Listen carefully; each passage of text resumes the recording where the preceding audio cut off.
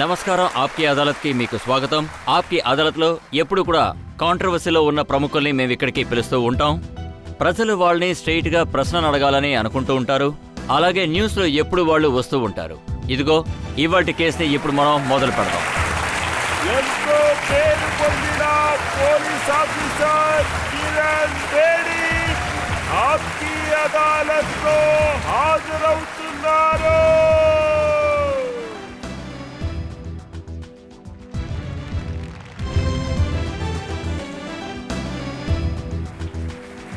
ఆప్కి అదాలత్లో ఆరోపణలు వేసిన వాళ్ళు ఉన్నారు, ప్రజలు ఉన్నారు.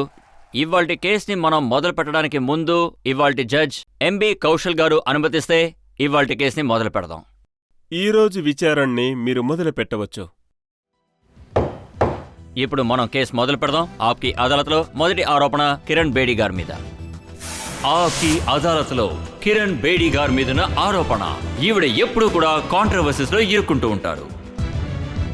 కిరణ్ గారు, మీ 33 ఏళ్ల పోలీస్ జీవితాన్ని నేను గమనిస్తూ వచ్చాను.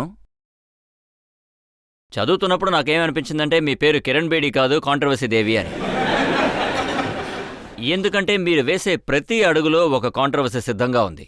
దేని గురించి అంటున్నారు? 1981లో ముందుగా మిమ్మల్ని ఢిల్లీ ప్రజలే స్వయంగా చూశారు. రోడ్లో ఉన్న ఒక్కొక్క వెహికల్ని మీరు క్రేన్తో లేపేసేవారు. ఇదెలా కాంట్రవర్సీ అవుతుంది? ఆ టైంలోనే మీకు క్రేన్ బేడిని పేరొచ్చింది. అంటే ఇది కాంట్రవర్సీనా? ఇది కాంట్రవర్సీ ఏంటి? ఇదంతా కాంట్రవర్సీనా? అదే కాంట్రవర్సీ. ఢిల్లీ ట్రాఫిక్లో చట్టాలు ఇంత స్ట్రిక్ట్గా ఉండకూడదని ప్రజలు అనుకున్నారు. చాలా దారుణమైన పరిస్థితిలో ఉంది. దానికైనా మందే అది. కానీ ఇప్పుడు చూసారంటే మళ్ళీ దారుణంగా మారింది. మళ్ళీ డ్యూటీలో జాయిన్ అయిపోతాను. మీకు అసలైన కాంట్రవర్సీ చెప్తాను. చెప్పండి. చండీగఢ్లో ఓ. మీకు పోస్టింగ్ వచ్చిన వెంటనే మొట్టమొదటిగా మీరు చేసిన పనేంటంటే అక్కడున్న డిస్కోస్ అన్నిటినీ మూయించేశారు. అక్కడ సిటీలో నైట్ లైఫ్ ఉండకూడదని చెప్పారు. అవును, మూసేమన్నాను. ఎందుకంటే పిల్లలు తప్పుడు దారిలో వెళ్తున్నారు. అంటే అదేమైనా ఆట? తాగేసి ఆడపిల్లల్ని 12 గంటల పైన లాక్కు వెళ్ళడం, ఇష్టం వచ్చినట్లు ప్రవర్తించడం. తర్వాత పోలీసులెందుకు? మేమెందుకు ఉన్నాం? వాళ్ళిష్టం వచ్చినట్లు తాగి ఆడపిల్లల్ని ఇబ్బంది పెడితే వాళ్ల మీద కేసులు మాత్రమే పెట్టాలా? అయితే మేమెందుకున్నాం? కానీ మీ పని పోలీస్ పని అంటే అది చూడడమా లేదా సమాజాన్ని మార్చడమా? 2. నేను పోలీస్ పని చెయ్యాలి, క్రైముల్ని కూడా అడ్డుకోవాలి. అలాగే క్రైమ్ని ఏది పెంచుతుందో అంటే అన్ని విషయాలకు ఒక లిమిట్ ఉంటుంది. మీరు లిమిట్ని క్రాస్ చేస్తే ఇంకా పోలీసులెందుకు? పోలీసులొచ్చే ఇదే మీ లిమిట్ అని చెప్పడానికే ఉన్నారు. అది దాటి మీరు వెళితే తిన్నగా తిహార్ జైలే. కానీ కిరణ్ మేడం గారు, పోలీస్ ఆఫీసర్స్ చాలామంది ఉన్నారు. చూడండి, అందులో మీరెక్కడికి వెళ్తున్నారో అక్కడే కాంట్రవర్సీస్ మొదలవుతున్నాయి. అది నాకు తెలీదు. మీరు చాలా సంవత్సరాలు యునైటెడ్ నేషన్లో ఉన్న తర్వాత ఇక్కడికి వచ్చారు. ఢిల్లీ బార్ అసోసియేషన్ తరపున ప్రెసిడెంట్ గారికి లెటర్ రాయడం జరిగింది. ఆ లెటర్ కాపీ నా దగ్గర ఉంది. ఓ, చాలా మంచి విషయం. నేనింకా నేను ఇది పూర్తిగా చదవలేదు. చదివి వినిపిస్తాను. ఈ లెటర్ని వాళ్ళు ప్రెసిడెంట్ గారికి ఇంకా హోమ్ మినిస్టర్ శివరాజ్ పాటిల్ గారికి రాశారు. ఇందులో ఏం చెప్పారంటే కిరణ్ బేడి గారిని ఢిల్లీ పోలీస్ ఫోర్స్లో ఏ కారణంగానైనా చేర్చకూడదు. ఏ కారణం లేకుండా. ఢిల్లీ లాయర్ గారు ఇంకా ఆ విషయాన్ని మర్చిపోలేదు. కిరణ్ బేడి గారు కళ్ల ముందే ఎంత దారుణంగా కొట్టారని రాశారు. అది సీరియస్ కాదు. అది సీరియస్ కాదు. కొట్టింది సీరియస్ కాదా లేదా ఆయన చెప్పింది సీరియస్ కాదా? కొట్టలేదు, కానీ లెటర్ సీరియస్ కాదు. అలా వాళ్ళు చెప్తున్నారు నాకు అనిపించలేదు. ఆ ఊరికి నేను మళ్ళీ రావాలనుకుంటున్నాను అనుకుంటాను. వాళ్ళు చాలా మంచివాళ్ళు. వాళ్ళు ఏం రాశారంటే 1988లో మిస్ కిరణ్ బేడి డీసీపీ పదవిలో ఉన్నప్పుడు ఆవిడ అధికారాన్ని దుర్వినియోగం చేసుకున్నది లాయర్లు మర్చిపోలేదు. 88లో జరిగింది వాళ్ళకి ఇప్పటికీ గుర్తుంది. ఒక మున్సిపల్ కార్పొరేటర్తో కలిసి వేల మంది ప్రజల్ని తీసుకొచ్చి కోర్టులో లాయర్ల మీద దాడి చేసింది గుణపాఠం నేర్పించాల్సిన సంఘటన అని చెప్పారు. వాళ్ళు మిస్యూసింగ్ అని రాశారు. చెప్పాలంటే యూసింగ్ అని రాయాలి. ఏదో మిస్టేక్గా రాసుంటారు. వాళ్ళు ఇంకొక విషయం కూడా రాశారు. కిరణ్ బేడి గారు ఆదేశించిన దారుణమైన లట్టిచార్జ్కి వ్యతిరేకంగా ఆ ప్రజలు పోరాటాన్ని జరిపారు. ఆ విషయంలో లోతైన విచారణ కావాలని వాళ్ళు అడిగారనే ఆ సంఘటనని లాయర్లు ఇంకా మర్చిపోలేదని ఖచ్చితంగా చెప్తున్నారు.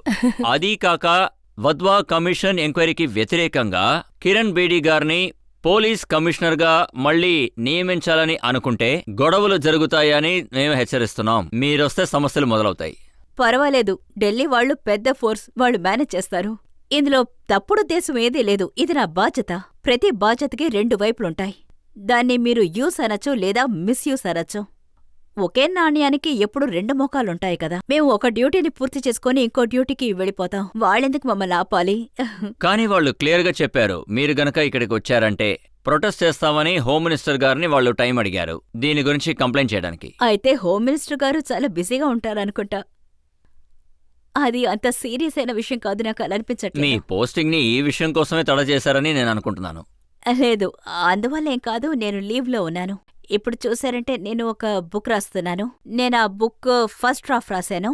అది తప్పకుండా ఒక చర్చగా మారుతుంది. అందరూ దాని గురించి మాట్లాడతారు. 10 సంవత్సరాల తర్వాత ఆప్కి అదాలత్లో నేను రాసిన బుక్ గురించి మాట్లాడతారు. నేను 12 ఏళ్ల తర్వాత మీ దగ్గరకు వచ్చినట్టుగా అక్టోబర్లో మళ్ళీ డ్యూటీలో జాయిన్ అవబోతున్నాను. ఇలాంటి విషయాలకి నా పోస్టింగ్ ఏవి నాకు అడ్డుగా లేదు. నేను అకాడమిక్ లీవ్ అడిగినందువల్ల నాకు ఇచ్చారు. నేను బుక్ రాయడం కోసం, నేను నా యునైటెడ్ నేషన్ అనుభవాలు రాయడం కోసం, నా కాంట్రవర్షియల్ ఎక్స్పీరియన్స్ ని రాయడం కోసం. అయితే మీరు ఒప్పుకుంటున్నారు కాంట్రవర్సెస్ లో వాళ్ళు బతుకుతున్నారు. చెప్పినందువల్లే నేను చెప్తున్నాను. లేదంటే జడ్జి ముందు నన్ను నేరస్తురాలుగా నుంచోపెడతారు. అయితే మీ పేరుని కిరణ్ బేడికి బదులుగా కాంట్రవర్సీ దేవిని మార్చాలనుకుంటాను. మీరెందుకు వాళ్ళతో కలిసి మాట్లాడుతున్నారు? మీరు రజత్ శర్మ. మీరు వాళ్ళు కాదు నా పేరు మార్చడానికి. కానీ మీకు గుర్తుందా 1988లో జరిగిన ఆ సంఘటన తర్వాత వద్వా కమిషన్ మీరు బాధ్యత గలవారని మీరు తీర్పిచ్చారు. వద్వా కమిషన్ రిపోర్ట్ చదివితే మీకు అర్థమవుతుంది. వాళ్ళు నన్ను మాత్రమే కాదు, అందర్నీ బాధ్యత అని చెప్తారు, అన్నిటినీ. తర్వాత వాళ్ళిచ్చిన రికమెండేషన్స్ అన్నిటినీ, అంటే అవి ఇంప్లిమెంట్ అయ్యాయా, యాక్సెప్ట్ అయ్యాయా అని ఆ రిపోర్ట్లన్నీ స్టేటస్లోనే ఉన్నాయి. ప్రభుత్వం దాన్ని అలాగే వదిలేసిందనే చెప్పాలి. ఎందుకంటే వాళ్ళు అందర్నీ నేరస్తులనే చెప్పారు, కానీ నిజానికి ఎవరు నేరస్తులు కారు. సరే, ఈ విషయం చెప్పండి. మీరు గనక మళ్ళీ ఢిల్లీ పోలీస్కి వెళితే, మళ్ళీ మీకొక అవకాశం దొరికితే 88లో చేసినట్టే మళ్ళీ ఇప్పుడు కూడా చేస్తారా, లేదా మీరు మారిపోయారా? కాదు, చాలా ఏళ్లైంది. టెక్నాలజీ ఎంతగానో పెరిగిపోయింది. దాంతోపాటు ట్రైనింగ్ అంతా కొత్తగా వచ్చింది. సో ఎక్స్పీరియన్స్ ఎక్కువైంది. మీరు ఈ విషయం చెప్పగలరా? కిరణ్ బేడి వచ్చిన వెంటనే టెర్రర్ అంటే ప్రజల మనసులో ఒక భయం వచ్చేస్తుంది. ఆ భయం మళ్ళీ వస్తుందా? ఎందుకు భయం? ఎందుకు భయపడాలి? కొంతమందికి బండిని లేపేస్తారేమో భయం, కొంతమందికి కొడతారేమో అని భయం. బళ్ళని ఖచ్చితంగా తీసేస్తాం, నో పార్కింగ్లో పెడితే. ఇప్పుడు తీసేస్తారు, ఎప్పుడు తీసేస్తారు. అదే విధంగా ఎవరైనా తప్పు చేస్తే ఖచ్చితంగా జైలుకి వెళ్తారు. వాళ్ళు జైలుకి వెళ్లి తిరిగొచ్చిన తర్వాత వాడిని సరిదిద్దే పని కూడా జరుగుతుంది. ఇదే నా కొత్త అనుభవం. ఇంతకుముందు ఇంత శ్రద్ధ ఎప్పుడు చూపించలేదు. ఇప్పుడు అదొచ్చింది. కొన్ని చేంజెస్ కూడా జరిగాయి, కొన్ని మార్పులు ఉన్నాయి, కొంచెం కంటిన్యూటీ కూడా ఉంది. మీ టాలెంట్ మీద ప్రజలు ఎంత నమ్మకం ఉంచుకున్నారో వాళ్ళని అడిగి తెలుసుకుందాం. పోలీసుల్లో ఎప్పుడు ఒకే ఒక పేరు ఎందుకు వినిపిస్తూ ఉంటుంది? కిరణ్ బేడి అని అంటారు, ఎందుకని మిగతా పేర్లు చెప్పరు? ఆ అవుట్ ఆఫ్ బాక్స్ ఆలోచన మొత్తం పోలీస్ డిపార్ట్మెంట్ లో ఎందుకు లేదు? జైల్లో ఉన్న ఖైదీల్ని మార్చడం గాని, ఇంకా ఇందిరాగాంధీ గారి కారుని క్రైన్తో లేపటం గాని, మిగతా పోలీసులు ఎందుకని ఇంత ధైర్యంగా ఇదే విధంగా ఎందుకు చేయలేదు? పోలీసులు బాగా పనిచేయడం లేదు, మార్పులేమీ తేవడం లేదు. మిగతా వాళ్ళందరూ మీలాగా ఎందుకు పని చేయట్లేదో మీరు సమాధానం చెప్పి తీరాల్సిందే. మిగతా వాళ్ళని ఆప్కే అదాలత్కి పిలవండి, పిలిచి అడగండి. నేనెలా సమాధానం చెప్పగలను? ఒక్క విషయం నేను నమ్ముతున్నాను. అంటే పోలీస్ సర్వీస్లో ఉన్నా సరే, సర్కార్ సర్వీస్లో ఉన్నా సరే, ప్రతి వాళ్ళు వాళ్ళ దృష్టిలోకొస్తారు. వాళ్ళ గుణాలు, వాళ్ళ యాటిట్యూడ్స్ దానివల్ల కూడా ఏర్పడచ్చు, వాళ్ళ నమ్మకాల వల్ల కూడా ఏర్పడతాయి. ఆ బిలీవ్, ఆ దృష్టి ఒకరికి వేరుపడతాయి.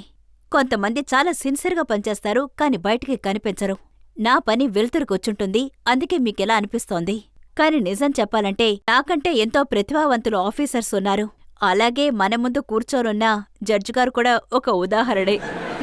ఆయన చేసిన అద్భుతమైన పనులు బయటికి తెలియకుండా ఉండొచ్చు, అదే కారణమై ఉంటుంది. నాకు తెలిసి నేను ఇదే అనుకుంటున్నాను. కానీ నేనేమంటున్నానంటే ప్రతి ఒక్కరూ వాళ్ళ ప్రత్యేక దృష్టితో వస్తారు, వాళ్ళ అభిరుచితో వస్తారు.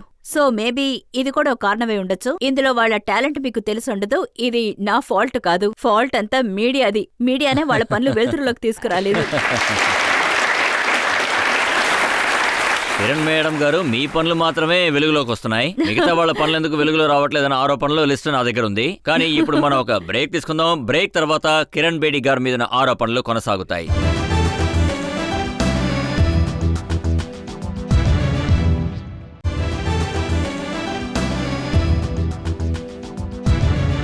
ఆప్కి అదాలత్లో ఇవాళ మనం కేసు నడుపుతున్నది పోలీస్ ఆఫీసర్ కిరణ్ బేడి గారి మీద. ఆప్కి అదాలత్లో తర్వాత ఆరోపణ కిరణ్ బేడి గారి మీద. ఆప్కి అదాలత్లో కిరణ్ బేడి గారి మీద ఆరోపణ. ఈవిడ స్వయంగా నిర్ణయం తీసుకుంటూ ఉంటారు. కిరణ్ బేడి గారు, మీరు ఇందాక అంటున్నారు మిగతా వాళ్ళు వెలుగులోకి ఎందుకు రావట్లేదు, మీరెందుకు వస్తున్నారు అని. ఏ ఐఏఎస్ ఆఫీసర్ని అడిగినా కూడా వాళ్ళు ఏమంటున్నారంటే కిరణ్ బేడి గారు ఒక సీట్లో కూర్చున్నారంటే ఎవరి మాట వినకుండా ఆవిడకి తోచిందే చేస్తూ ఉంటారని. అది తప్పు కాదు. మీరు ఈ ఆరోపణని ఒప్పుకుంటున్నారా? అవును, ఒప్పుకుంటాను. అలాగే జడ్జి గారు కూడా ఒప్పుకుంటారు. ఒకప్పుడు నా సీనియర్ ఆఫీసర్గా ఉండేవారు. కొన్నిసార్లు ఆయన చెప్పేది కూడా నేను విన్ను. కాని మంచి విషయం ఏమిటంటే ఆయన మాట నేను వినకపోతే నన్ను అర్థం చేసుకోవడానికి ఆయన ప్రయత్నించేవారు. నేను ఎందుకది ఒప్పుకోవడం లేదని. నేనెందుకు ఒప్పుకోలేదంటే మీరు నా దృష్టితో అది చూడండి అని. ఎందుకంటే నేను రోడ్డు మీద నుంచోనున్నాను. ఇక్కడ ఏం జరుగుతుందో నాకే తెలుసు. ఇక్కడ ఏం టెంపరేచర్ ఉందో నాకే తెలుసు. ఒకటి నన్ను అర్థం చేసుకోండి, లేదా ఇక్కడికొచ్చి నా పక్కన నుంచోండి. అప్పుడే అర్థమవుతుందంటాను. అప్పుడే ఒప్పుకుంటారు. కానీ దాని రిజల్ట్ చూసారంటే మీరు ఎక్కడా కూడా పర్మనెంట్గా ఒక చోట ఉండలేరు. అది కూడా జరుగుతోంది కదా.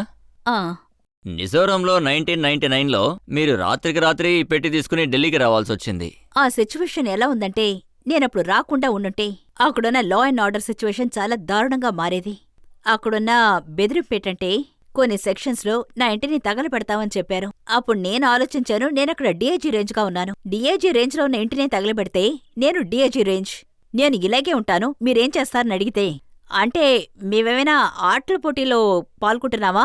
నేనొకవేళ వెనక్కి తగ్గితే ఆ ఇంటికేమవ్వదు, ఆ స్టేట్ కూలైపోతుంది వగేరా వగేరా. అందుకని నేను తెలివిగా నేనేమో కాస్త ఆలోచించి వెనక్కి తగ్గాను. నేను ఆ సీన్ నుంచి బయటకొచ్చేస్తేనే సిచ్యువేషన్ నార్మల్ అవుతుంది. కిరణ్ గారు, అసలు మీలో ఉన్న ఫైర్ ఏంటి? మీరు ఎక్కడికెళ్ళినా అక్కడ పరిస్థితులు తారుమారవుతున్నాయి. నేను మీ బుక్ చదివాను, అందులో ఏం రాశారంటే మిమ్మల్ని తీహార్ జైల్లో పోస్టింగ్ వేసినప్పుడు అక్కడికి వెళ్ళడానికి ఎవరికీ ఇష్టం లేదు. అదొక పనిష్మెంట్ పోస్టింగ్లా ఉంది. మీరు చెప్పేది నిజమే. జైల్ పోస్టింగ్కి ఎటువంటి ఆఫీసరు నాకు తెలిసి ఇంతవరకు వెళ్ళడానికి ఇష్టపడరు. ఒక నార్మల్ పోలీసింగ్ కాకుండా అక్కడ కఠినమైన పోలీసింగ్గా ఉంటుంది. అందుకని అక్కడికి వెళ్ళడానికి ఎవరూ ఇష్టపడరు, వెళ్ళినా ఉండలేరు. 2 రకాల వాళ్ళు మాత్రమే ఉండగలరు. ఒక రకంగా చూసారంటే ఢిల్లీలోనే ఉండాలని అనుకునేవాళ్ళు, ఎందుకంటే వాళ్ళు ఢిల్లీ వదిలి ఎక్కడికి వెళ్ళకూడదని అనుకుంటారు.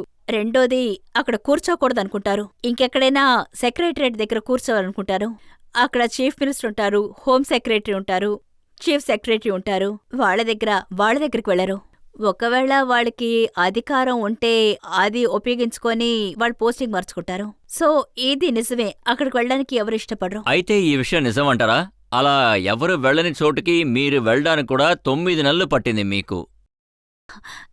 అవునది హోమ్ నిజమే. మినిస్టర్ గారు మీకు పోస్టింగ్ ఇవ్వకుండా ఉన్నారు. అప్పుడు హోమ్ మినిస్ట్రీ చాలా బిజీగా ఉంది, దానికి చాలా టైం పడుతుంది. వాళ్ళు బిజీగా ఉన్నారు. అంతేకాకుండా నేను అప్పుడు ఇంపార్టెంట్ కాదు. ఇంకా నయం 9 నెలలు వెయిట్ చేయించారు. ఆ 9 నెలల్లో నేను జైలు గురించి బాగా చదివి తెలుసుకున్నాను. ఒకవేళ హోమ్ మినిస్ట్రీలో మీకు పనిష్మెంట్ ఇచ్చే విధంగా వెతుకుతూ ఉన్నారో ఏంటో అంత తెలియదుగా. ఆలోచించడానికి టైం లేదు. 9 నెలల తర్వాత నేను చార్టర్డ్ అకౌంటెంట్ డిపార్ట్మెంట్లో అడిగారు, ఈవిడికెందుకు ఊరికే జీతం ఇస్తున్నారు, ఖచ్చితంగా పని ఇవ్వాలని చెప్పారు. ఆ సమయంలో జైలే ఖాళీగా ఉంది, అక్కడ పోస్టింగ్ వేశారు. కిరణ్ గారు, నిజమేంటంటే ఢిల్లీ పోలీసులలో కొంతమంది ఆఫీసర్స్ ఉన్నారు, వాళ్ళు కావాలనే మీకు ఎలాంటి పోస్టింగ్ ఇవ్వలేదని చెప్పాలి. ఇది నిజమే. ఆ టైంలో అక్కడున్న కొంతమంది అధికారులు నేను అక్కడే ఉండాలనే అనుకున్నారు. ఎందుకంటే వాళ్ళు అక్కడి నుంచి వెళ్లాలనుకోలేదు. అందులో వాళ్ళకి నాకు ఎటువంటి పోటీ లేదు. వాళ్ళని తరిమేసేంతగా నా దగ్గర ఎటువంటి శక్తి లేదు. అలా చేయడానికి నేను ఎటువంటి శక్తిని ప్రయోగించను. ఎవరు ఎక్కడుండాలనుకుంటున్నారో అక్కడే వదిలేస్తాను. అందుకని నేను నిదానంగా ఉన్నాను. కానీ ఒక విషయం, మీరు ఎక్కడికి వెళ్ళినా సరే ఐఏఎస్ ఆఫీసర్తో మీకెప్పుడూ గొడవలు వస్తూ ఉండేవి. మీరు ఎక్కడికొస్తున్నారో నాకు తెలుసు. దేని గురించి అడగబోతున్నారో తెలుసు. కిరణ్ మేడం గారు, చండీగఢ్లో జరిగిన విషయం నేను మీకు దేని చెప్తాను. గురించి మాట్లాడతారో నాకు తెలుసు. 41 రోజుల్లోనే మీరు ఢిల్లీకి తిరిగి రావాల్సి వచ్చింది. ఎందుకంటే మీరు హోమ్ సెక్రటరీ గారిని ఎదిరించారు. ఎస్, అది నిజంగానే ఎదిరించడమే. నాకు తెలిసి నిజంగా ఎదిరించడం అంటే అదే. ఎందుకంటే ఆయన 15 రోజుల్లోనే, నేను వెళ్ళిన 15 రోజుల్లోనే చండీగఢ్ 15 రోజుల్లోనే 10 సంవత్సరాలకి కావాల్సిన ఎంక్వైరీని పెట్టుకొని, చెప్పాలంటే నా 3 సీనియర్ ఆఫీసర్స్ని ఆయన సస్పెండ్ చేశారు. ఇంకా దాని గురించి నాకేమీ చెప్పలేదు. ఎందుకంటే నేను కొత్తగా వెళ్ళాను, నాకు ఏమీ తెలీదు. నాకాయన కాన్ఫిడెన్సు ఇవ్వలేదు.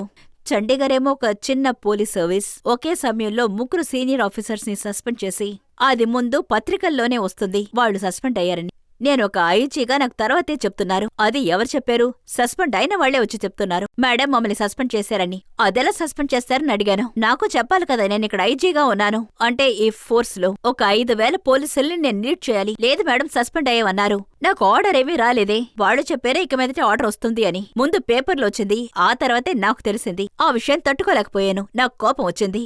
అది కరెక్ట్ కాదు. అది భరించలేక మీరు అక్కడున్న ప్రజల్ని రోడ్డెక్కించి పోరాటం లేదు, జరిపించారు. నేనలా ఏం చేయలేదు. ఇది నిజం కాదు. జరిగిన నిజమేంటో నేను చెప్పాను. ఇది నిజం కాదు. నేను ఎటువంటి పోరాటమో చేయలేదు. అందులో నాకు ఇంట్రెస్ట్ కూడా లేదు అలా చేయడానికి. అక్కడ జరిగింది ఒక ఓపెన్ ఇంజస్టిస్. అంటే ఒక ఇంజస్టిస్ జరిగేటప్పుడు నేనొక ఇన్స్పెక్టర్ జనరల్ గా ఒక్కొక్క కఠినమైన పనిని నేను నా ఆఫీసర్స్ కి చెప్తున్నాను. అలాంటప్పుడు వాళ్ళకి అనీతి జరిగితే నేను వాళ్ళ వైపు నుంచోకపోతే నేనెందుకుండాలి? కానీ మీకు అన్యాయం జరిగేటప్పుడు మీ వైపు ఎవరొచ్చి నిలబడ్డారు? ఆ దేవుడే. దేవుడన్నాడు. ఇలాంటి సీనియర్ ఆఫీసర్స్ ఉన్నారు నాకు తోడుగా. అందరూ ఒకేలాగా ఉంటారు కదా. నాకు మంచి ఆఫీసర్స్ కూడా ఉండేవారు. వేద్ మార్వా సార్ ఉండేవారు, కౌశల్ సార్ ఇక్కడ ఉన్నారు, గౌతమ్ కాల్ సార్ వచ్చారు, పిఆర్ రాజగోపాల్ సార్ వచ్చారు, జేఎన్ చతుర్వేది ఉన్నారు, తర్వాత ఆర్కే అజయ్ రాజ్ శర్మ ఉన్నారు. అంటే ఇంతమంది మీకు పెద్ద పెద్ద సపోర్ట్ చేసిన ఆఫీసర్స్. అధికారుల పేర్లే చెప్తున్నారు. కానీ బిల్ క్లింటన్ గారు మిమ్మల్ని బ్రేక్ఫాస్ట్ కి పిలిచినప్పుడు కొంతమంది దాన్ని ఆపడానికి అది ప్రయత్నించారు. పోలీస్ ఆఫీసర్స్ అడ్డుకోలేదు, వేరే ఒకరు అడ్డుకున్నారు. అది ఐఏఎస్ ఆఫీసరా? IAS officer. అది నాకు గుర్తులేదు. ఒకవేళ మీరు పేరు చెప్పకుండా తప్పించుకుందాం అనుకుంటున్నారా? అలా కాదు, ఒకరు లేనప్పుడు వారి గురించి మాట్లాడటం చాలా తప్పు. ఆయన ఇక్కడ ఉండుంటే ఆయన మాట కూడా మీరు వినేవారు కదా. ఇది అనవసరం విషయం, వెళ్లాల్సిన అవసరం లేదని మీరు అనుకునేవారు. మీరాయన్ని పిలవలేదు కదా, అందుకని ఆయన పేరు చెప్పను. కానీ మీరు ఈ విషయం ఒప్పుకుంటున్నారా? మన దేశంలో ఐఏఎస్ అధికారులకి ఇంకా ఐపీఎస్ అధికారులకి మధ్య ఎప్పుడూ గొడవలు ఉంటూనే ఉంటాయి. ఐఏఎస్ ఐపీఎస్ ఆఫీసర్ని ముందుకు రాకుండా చేస్తున్నారు. అవును, 2 రకాల మనుషులు ఉన్నారు. ఇద్దరి దృష్టిలు వేరేలాగుంటాయి. ఇది నిజమే. ఎందుకంటే మా ఫీల్డులో ఎక్కువగా అనుభవం ఉన్నవాళ్లు ఉంటారు. మా సర్వీస్లో పోలీస్ వాళ్లతో ఎక్కువగా క్లోజ్గా ఉంటాం. ఎప్పుడు ఒక డిటాచ్ వ్యూలో ఉంటాం. వాళ్ళు ఆఫీసులో కూర్చొనే పనిచేస్తారు. మాకు తెలిసేంతగా వాళ్ళకి ఫీల్డ్ గురించి తెలీదు. సో న్యాచురల్గానే 2 దృష్టిలున్నాయి. అందుకని మనస్పర్ధలు రావచ్చు. అలా జరగచ్చు, జరగకపోవచ్చు. ఆ రెండిటికీ పాసిబిలిటీస్ ఉన్నాయి. నా జీవితంలో ఆ 2 జరిగాయి. అంటే మీరు ఏ పోస్టింగ్కి వెళ్ళినా సరే అక్కడ ఏదో గొడవలు జరుగుతూనే ఉన్నాయి. ప్రతి పోస్టింగ్లోనూ మిమ్మల్ని ఆపడానికి ప్రయత్నిస్తూనే ఉన్నారు. వీటన్నిటినీ మీరు ఎలా దాటుకుని రాగలుగుతున్నారు? అది కూడా దేవుడి వల్లే. ఒక విషయం మాత్రం బాగా గుర్తుపెట్టుకోండి, మన కుర్చీలోనే అతుక్కొని ఉండాలని అనుకోకుండా ఉంటే ఎటువంటి ప్రాబ్లం ఉండదు. నాకు ఎప్పుడూ అలా ఉండే అలవాట్లేదు. ఎందుకంటే ఎప్పుడు ఫీల్డ్లోనే వర్క్ చేస్తాను. నాకు ఈ కుర్చీ అంటేనే ఇష్టం ఉండదు. నిజం చెప్పాలంటే అది నన్ను కట్టిపడేస్తుంది. నాకు ఆ కుర్చీ నుండి దూరంగా ఉండడమే ఇష్టం. ఫీల్డ్లోనే ఉండడం నాకిష్టం.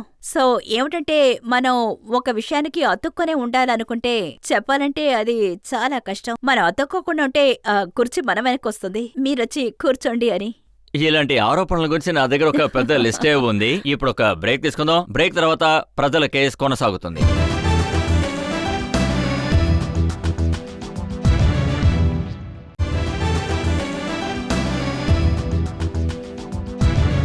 ఆప్కి అదాలత్లో ఇవాళ మనం ప్రజల తరపున కేసు నడుపుతున్నాం.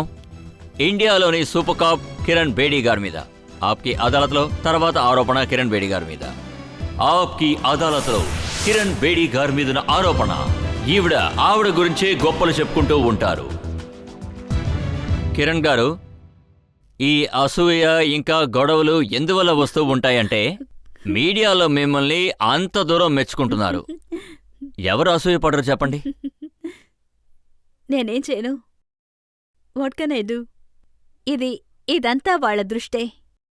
నేను సెల్ఫ్ గ్లోరిఫికేషన్ కోసం పరిగెత్తేదాన్నైతే ఈ రోజు నా దగ్గర ఇంకో మెడల్ ఉండేది. అది నేను తీసుకోలేదు. అది ఏషియన్ జ్యోతి. ఏషియన్ గేమ్స్ తర్వాత 1982 తర్వాత మీకు గుర్తుందా? అప్పుడు ట్రాఫిక్ రూల్స్ చాలా బాగా జరిగాయి ఏషియన్ గేమ్స్వి.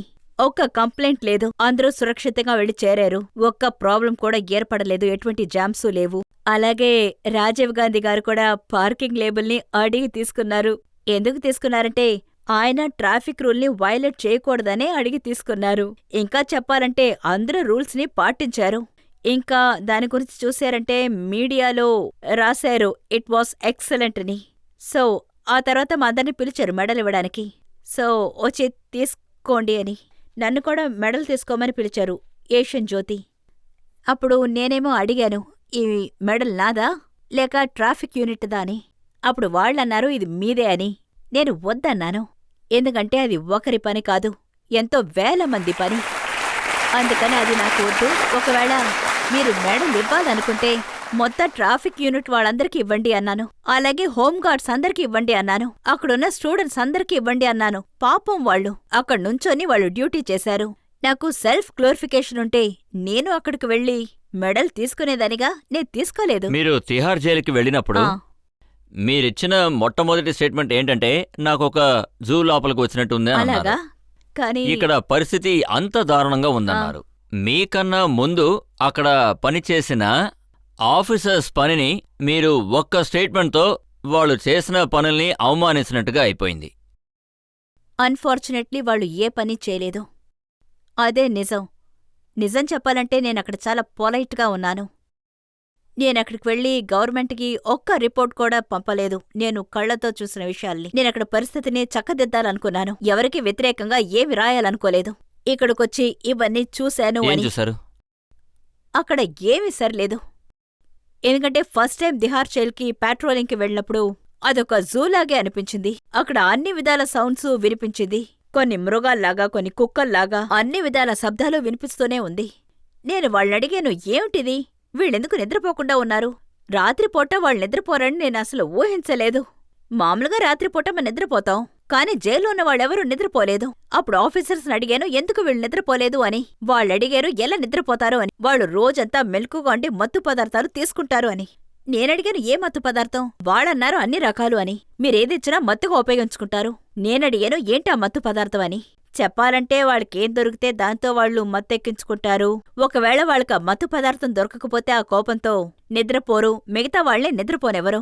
ఇంకోవైపు మత్తుమందు దొరకనివారు వాళ్ళకిచ్చిన మాత్రల్ని అలాగా మింగుతూ ఉన్నారు. కాఫ్ సిరపుంటే వాటిని తాగుతున్నారు.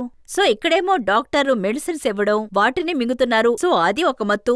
సో అందరూ మత్తులో ఉండడం వల్ల అరుస్తున్నారు, కొందరు మత్తు లేదని అరుస్తున్నారు. నేను అనుకున్నాను, మనం ఎటువంటి చోటుకి వచ్చాము అని. నేను నమ్మలేకపోయాను. వీళ్ళందరూ బాగుపడి అసలు నిద్రపోతారా అని నాకసలు నమ్మకమే లేదు. అప్పుడు అనుకున్నాను, మొత్తం నాశనమైపోయింది, నా పనైపోయింది, ఇక్కడికొచ్చి ఇరుక్కుపోయాను అని. బట్ నేను నమ్మకాన్ని కోల్పోలేదు. మేమక్కడ కొచ్చగా మా పని మొదలుపెట్టాం. అక్కడ మార్పు తేవడం మొదలుపెట్టాం. డాక్టర్ ఇచ్చే మెడిసిన్స్ ని కంట్రోల్ చేశాం, దాన్ని కట్టుబాటులోకి తెచ్చాం, చదివించాం, పగలపూట మెలకుగా ఉంచాం. ఎవరినీ నిద్రపోనివ్వలేదు. కొంతమందిని చదివించాం, కొంతమందిని ప్రవచనాలు చేయనిచ్చాం. తర్వాత మెల్లమెల్లగా సిచ్యువేషన్ మారింది. వాళ్ళు నిద్రపోయారు. ద పాయింట్ ఇస్ జూలానే ఉండింది. జూవే అది. అక్కడంతా మురిగ్గా ఉంది. ఎక్కడ చూసినా చెత్త. నెలల కొద్దీ అది క్లీన్ చేయకుండా ఉంది. చపాతీలన్నీ పురుగులు పట్టిపోయున్నాయి. ఇదంతా నిజంగానే జరిగింది. ఎందుకంటే నేను మొదటిసారి పెటిషన్ బాక్స్ మొదలుపెట్టినప్పుడు ఆ పెటిషన్ బాక్స్ లో మీకేమనిపిస్తుందో అంతా రాయండి అన్నాను. ఇప్పుడు నా దగ్గర ఆ లెటర్స్ అన్నీ ఉన్నాయి. అందులో ఏం రాసుందంటే మా భోజనంలో పురుగులున్నాయి అని. దాన్ని తుడిచే గుడ్డతోనే అంతా కడుగుతారు, ఆ నీళ్లతోనే వండుతారు అని. నేనేం చెప్పాలి? ఈ విషయాన్ని నేను పూర్తిగా రాశాను. నేను రాసే ఆ బుక్లో ఈ విషయం రాశాను. కానీ నిజమేమిటంటే వాళ్ళు సంతోషపడాలి. ఇదొక కాంట్రవర్సీగా మారేది. నేను అదొక పెద్ద లెటర్గా రాసి గవర్నమెంట్కి పంపించి ఏం చేయాలని అడుగుంటే, నేనలా రాసి ఎవరికీ కంప్లైంట్ చేయలేదు. అన్నిటినీ సరిచేయడం మొదలుపెట్టాను, శుభ్రం చేయడం మొదలుపెట్టాను. ఆ మురికి గిన్నెలన్నీ బయట పడేశాను. ఆ తర్వాత మంచి పాత్రలు కొండ మొదలుపెట్టాను. అంటే చెప్పాలంటే స్టీల్ అథారిటీస్ నుంచి ఇంత పెద్ద పెద్ద బ్యూటిఫుల్ పాత్రలను తీసుకొచ్చి తుడిచే డ్రమ్ ఒకవైపు, స్టీల్ పాత్రలు ఒకవైపు, భోజనం అంతా క్లీన్ గా పెట్టి, చెత్తంతా ఒకవైపు సెపరేట్ గా పెట్టి నీట్ గా మార్చేశాం. ఎవరికీ కంప్లైంట్ ఇవ్వలేదు. నేను పని చేయడం మొదలు పెట్టాను. అంతే. ఇదొక కాంట్రవర్సీయా? పనిచేయడం కాంట్రవర్సీనా? మీరు జైల్ని ఆశ్రమంగా మార్చేశారా? అవును, జైలు ఆశ్రమమే. మనం జైల్ని ఆశ్రమంగా మార్చకపోతే మన డ్యూటీని సరిగా చేయనట్టే. ఎందుకంటే జైలు సరిదిద్దే చోటు. ఎందుకంటే మనం కరెక్షన్ సెంటర్ అనే పేరు దానికిచ్చాం. కానీ మనం అక్కడ కరెక్షన్ చేయడం లేదు. అందుకని జైలుకి ఆశ్రమం అని పేరు మార్చాలి, వాళ్ళ మనసులోకి వెళ్లడం కోసం. సో అందువల్ల ఒక ఇంపాక్ట్ ఏర్పడింది. మేము చెప్పడం మొదలుపెట్టాం, మీరు తిహార్ ఆశ్రమవాసులని. ఎలా మత్తు పదార్థాలు వాడతారు, తాగుతారు, ఆశ్రమాలలో చేస్తారా? ఒకవేళ ఎవరైనా తప్పు చేస్తే మిగతా వాళ్ళు అతన్ని పట్టుకుంటారు. ఆశ్రమంలో ఎవరైనా ఇలా చేస్తారా అని అడుగుతారు. సో దానివల్ల ఒక ఇంపాక్ట్ ఏర్పడింది. పేరు వల్ల ఏర్పడింది. అక్కడ పేరు మాత్రమే కాదు, పని కూడా ఉంది. ఒకవైపు పేరు, ఇంకోవైపు పని. కానీ ఇప్పుడేం విన్నామంటే మళ్ళీ అదే పాత పరిస్థితికి మారిపోయారు. మేము చాలాసార్లు పేపర్లో ఏం చదివామంటే 13 మంది ఖైదీలు పారిపోయారు. ఒకసారైతే 4 జైలు నుంచి తప్పించుకున్నారు. అది ఆశ్రమంలో ఉండుంటే ఎవరు తప్పించుకుంటారు? మీరు చెప్పేది నిజమే, అటువంటి ఇన్సిడెంట్ జరిగింది. కానీ జైలంటేనే ఛాలెంజే కదా. అక్కడ ఏవైనా జరగచ్చు. కొంచెం మనం అశ్రద్ధగా ఉంటే కళ్ళార్పే సమయంలో ఇలాగా ఏవైనా జరగచ్చు. అందుకని ఈ పని కాస్త అలర్ట్గా ఉండాల్సిన పని. ఆశ్రమం అనేది ప్రశాంతంగా నిద్రపోయే పని కాదు. మనం ఎప్పుడూ అలర్ట్గా ఉండాలి. ఎప్పుడూ మనం కట్టుబాట్లతో ఉండాలి. ఎవరైనా ఒక్కరు అజాగ్రత్తగా ఉన్నా కూడా, ఒక కానిస్టేబుల్ చిన్న తప్పు చేసినా అందరూ అలర్ట్గా ఉండి ఒకరు అలర్ట్గా లేకపోయినా తప్పు జరుగుతుంది. అందుకని మనం పేరు మార్చినా సరిదిద్దినా కూడా రక్షణలో 1% కూడా కాంప్రమైజ్ ఉండకూడదు. సెక్యూరిటీలో కూడా ఎటువంటి కాంప్రమైజ్ ఉండకూడదు. కానీ మెసేజ్ ఏంటంటే సెక్యూరిటీ ఉండాలి, రిఫార్మ్ కూడా ఉండాలి. ఇదిగో ఇప్పుడున్నట్టుగా. ఒక వ్యూవర్ మీకోసం ఒక లెటర్ రాశారు. వాళ్ళు ఏం రాశారంటే, కిరణ్ బేడి గారు ఆప్కే అదాలత్కు వస్తే ఖచ్చితంగా ఈ లెటర్ చదివి వినిపించండి. ఆవిడ ఎలాగైతే ఖైదీల్ని తీర్చిదిద్దారో అలాగే రాజకీయ నాయకుల్ని తీర్చిదిద్దగలరా అని అడిగారు.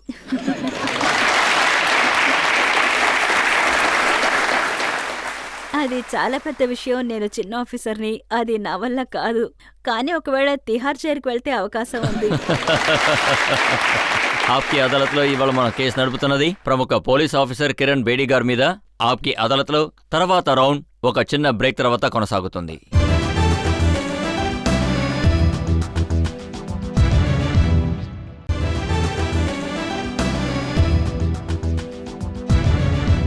ఆప్కి అదాలత్లో ఇవాళ ప్రశ్నలకి ఇంకా ఆరోపణలకి మధ్య ఉన్నది ప్రముఖ పోలీస్ ఆఫీసర్ కిరణ్ బేడి. ఆప్కి అదాలత్లో తర్వాత ఆరోపణ కిరణ్ బేడి గారి మీద. ఆప్కి అదాలత్లో కిరణ్ బేడి గారి మీద ఆరోపణ. ఈవిడ పోలీస్ పనుల మీద కంటే మిగతా పనుల మీద దృష్టి పెడుతున్నారు. కిరణ్ బేడి గారు, నేను మీ పూర్తి బయోడేటా చూసినప్పుడు మీరు చాలా పనులే చేశారు. మీరు చాలా బిరుదులు గెలుచుకున్నారు. ప్రపంచవ్యాప్తంగా వెళ్లి లెక్చర్లు కూడా ఇచ్చారు. ఒకే సంవత్సరంలో మీరు 4 దేశాలు తిరిగారు. అలాగే ప్రజలకి సాయం చేయడానికి మీరు ఎన్జిఓ నడుపుతున్నారు. ఇవన్నీ చూస్తుంటే పోలీస్ ఆఫీసర్ పని చేయడం వదిలేసి మిగతా పనులు ఎక్కువగా చేసినట్టున్నారు మీరు. నేను ఆ బుక్ని రాయడానికి 2 ఇయర్స్ స్టడీ లీవ్ తీసుకున్నాను. ఆ స్టడీ లీవ్లో నేను తిహార్ గురించి రాసేటప్పుడు చెప్పాలంటే ఆ 2 ఏళ్లలో అన్ని కంట్రీస్ చూడాలనుకున్నాను. అంటే ఆ బుక్ గురించి రాయాలంటే నిజంగా అది నా వల్లయ్యే పనేనా? ఇంతకుముందు ఎప్పుడైనా ఇలా జరిగిందా? ఇవన్నీ తెలుసుకోవడానికి ఆ 2 ఏళ్లలో ప్రపంచాన్ని 2 సార్లు తిరిగొచ్చాను. నా సొంత సేవింగ్స్ని ఖర్చు పెట్టాను. నాకు ఫెలోషిప్లో వచ్చిన డబ్బుని ఖర్చు పెట్టాను. ఎందుకంటే నా ఉద్దేశం నేను రాసేది నేను నిజంగా నా నమ్మకాన్ని చెప్పగలిగే నా కాంట్రిబ్యూషన్గా ఉండాలి. అందుకే ఆ రోజుల్లో నేను ఎంతో ట్రావెల్ చేశాను. కిరణ్ బేడి గారు, మీలాగా తీర్చిదిద్దే వాళ్ళని చూస్తుంటే లెక్చర్ ఇస్తూ ఉంటారో వాళ్ళు ఉండాల్సిందే పోలీసులో కాదు, పాలిటిక్స్లో. అంటే పోలీసులు ఎందుకు ఉండకూడదు? మీరెందుకు అలా ఆలోచిస్తున్నారు? ఇంకా చాలామంది పోలీస్ ఆఫీసర్స్, రైటర్స్ ఉన్నారు. నేనిప్పుడు రీసెంట్గా కేరళకు వెళ్ళాను. అక్కడున్న ఒక పెద్ద పోలీస్ ఆఫీసర్ ఒక స్టోరీ రాశారు. ఆ స్టోరీ ఇప్పుడు సినిమా స్క్రిప్ట్గా మారింది. సరే, ఇప్పుడు ప్రజలు మిమ్మల్ని ఎలాంటి ప్రశ్నలు అడుగుతారో చూద్దాం. మీరు కొన్నిసార్లు పోలీసు ఫోర్సును చూస్తే చాలా విచిత్రంగా అనిపిస్తూ ఉంటుంది. పెద్ద పెద్ద పొట్టలు పెంచుకొని బెల్టుల కింద అలబడుతూ క్యాపులు కూడా లేకుండా డ్యూటీ చేస్తూ ఉంటారు. ఏ కిరాణా కొట్టు దగ్గరైనా సరే వాళ్ళు మామూలు వసూలు చేస్తూ ఉంటారు. కానీ కొంతమంది ఆఫీసర్లు మాత్రమే వాళ్ళ బాడీని ఫిట్గా ఉంచుకుంటున్నారు. పనిలో స్పీడ్గా ఉండే వాళ్ళని కొంతమందినే ఈ చూడగలుగుతున్నాం. ఇంప్రెషన్ చూస్తుంటే కేవలం ఢిల్లీలో మాత్రమే కాదు, ముంబైలో కాదు, ఢిల్లీలో కాదు, దేశం మొత్తం ప్రజల అభిప్రాయం ఇలాగే ఉంది. ఫిజికల్ ఫిట్నెస్ ఎలా కుదురుతుంది? వాళ్ళకి తినడానికి కూడా అవకాశం లేదు. యాక్చువల్లీ వాళ్ళకి రాత్రి ఎప్పుడు తినాలో కూడా తెలియదు.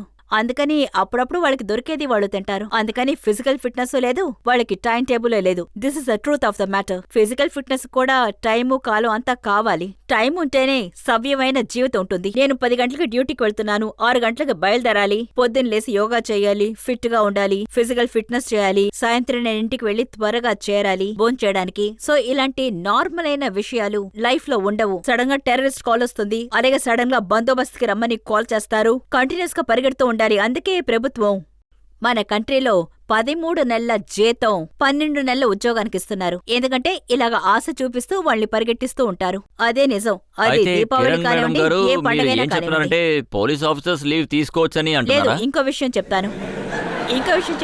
ఖచ్చితంగా కాదు. లీవ్ తీసుకోవడానికి ఎవరికి హక్కు లేదా ఏంటి? ఇది చాలా తప్పు.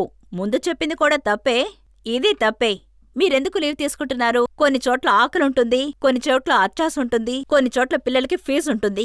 ఎందుకంటే వాళ్ళకి సొంత స్కూల్ ఏమీ లేదు. వాళ్ళ పిల్లలు ఆశపడతారు కలర్ టీవీ చూడాలి అని, అంటే ఆప్కే అదాలత్ ప్రోగ్రామ్ చూడాలని, జత్కార్ని చూడాలి అని. చెప్పండి, ఎంతమంది ఇంట్లో కలర్ టీవీలున్నాయి? వాళ్ళ పిల్లలు ఆశపడతారు. అది తప్పే, నేను జస్టిఫై చేయడం లేదు. వాళ్ళ జీతం చాలా తక్కువ, పిల్లల్ని చదివించాలి, ఇంటి అద్దె కట్టలేరు.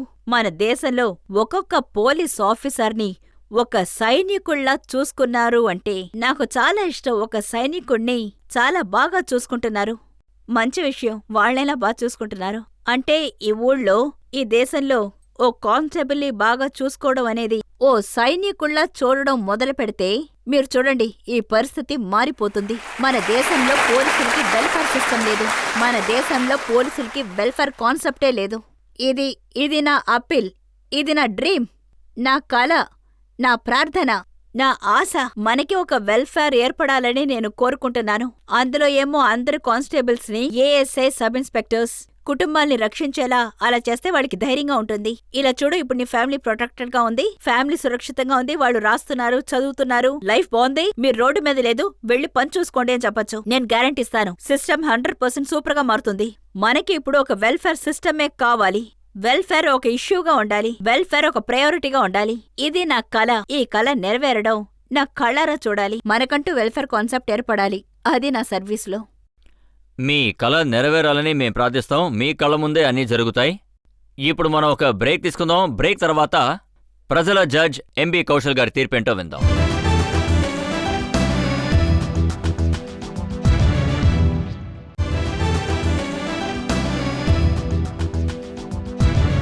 ఆప్కి అదాలత్లో ఇవాళ మనం కిరణ్ బేడి గారిని చాలా ప్రశ్నలు అడిగాం. ఆవిడ చుట్టూ ఉన్న కాంట్రవర్సీల గురించి అడిగాం. అలాగే ఆవిడని ఐఏఎస్, ఐపీఎస్ ఆఫీసర్స్ మధ్య ఉన్న గొడవల గురించి అడిగాం. అలాగే పోలీసులు తీర్చిదిద్దడం గురించి చెప్పారు. ఇప్పుడు ఈ విచారణ గురించి, ఈ కేసులో ఎంబీ కౌశల్ గారి తీర్పేంటో విందాం. చెప్పాలంటే ఈ వాదనలు విన్న తర్వాత కిరణ్ బేడి గారి మీద చాలా నేరాలు మోపబడ్డాయి. అయినా కూడా నేను చాలా సంతోషంతో ఈ విషయాన్ని నేను చెప్పగలను.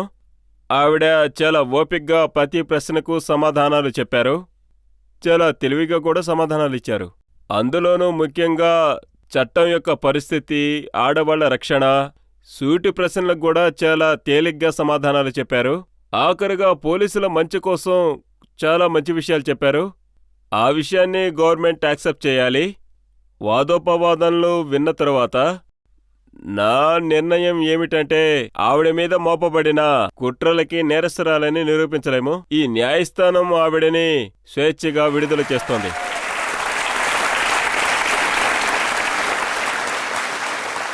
ఈ నమ్మకంతో, ఈ గౌరవంతో ఈ కేసుని ముగిస్తున్నాం.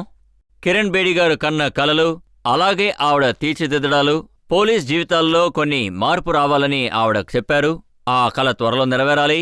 ఆ కల నెరవేర్చడానికి మా ఇండియా టీవీ పూర్తిగా కాంట్రిబ్యూట్ చేయడానికి సిద్ధంగా ఉంది.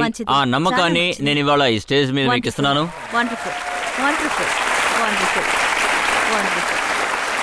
ఆప్కి అదాలత్లో మనం మళ్ళీ కలుద్దాం. ఇంకొక ఎపిసోడ్లో ఇంకొక అతిథితో. అప్పటి వరకు సెలవు.